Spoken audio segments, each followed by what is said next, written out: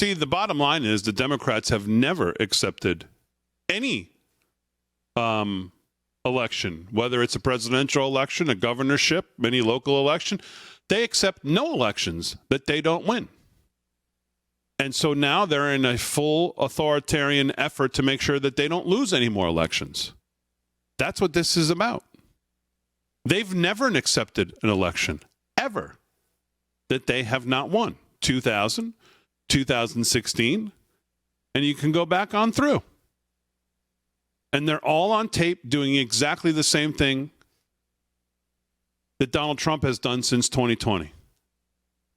Gotten in front of every camera he can and has said that he feels that that election was stolen. So what is the difference between him talking about 2020 for the last 2.5 years and Jack Smith telling us that he's able to tell that he was lying all the time, that he didn't actually believe it? He knows his state of mind. He's a mind reader. He can tell. And the attorneys that gave him the advice to say, well, you know, maybe you can talk to Pence about questioning the electoral votes. There could be a dual set of electors. All of these things that were already contemplated by the founders. Not only now can the lawyers be indicted and have been for giving advice, whether it's good or bad doesn't really matter. And whether Trump took good advice or took bad advice and acted on it doesn't really matter. And the fact that he called around and asked doesn't really matter. But now it's been criminalized. And that's where we're at. Yeah, it's insane.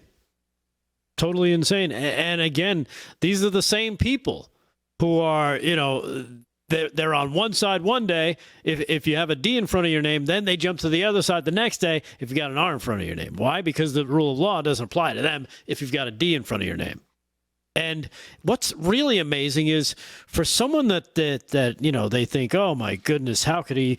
Why are they working so hard to stop him if they don't think he can win? Anybody who thinks that Donald Trump can't win the general has not been paying attention to the other side of the aisle, because the other side of the aisle really is scared of how popular he has become, how much power he has generated, and how he's gotten the people behind him. Well, there's plenty of people who think he can't win the general. Right. There's still people who make the argument that this is all to make sure, the guarantee that he's the nominee.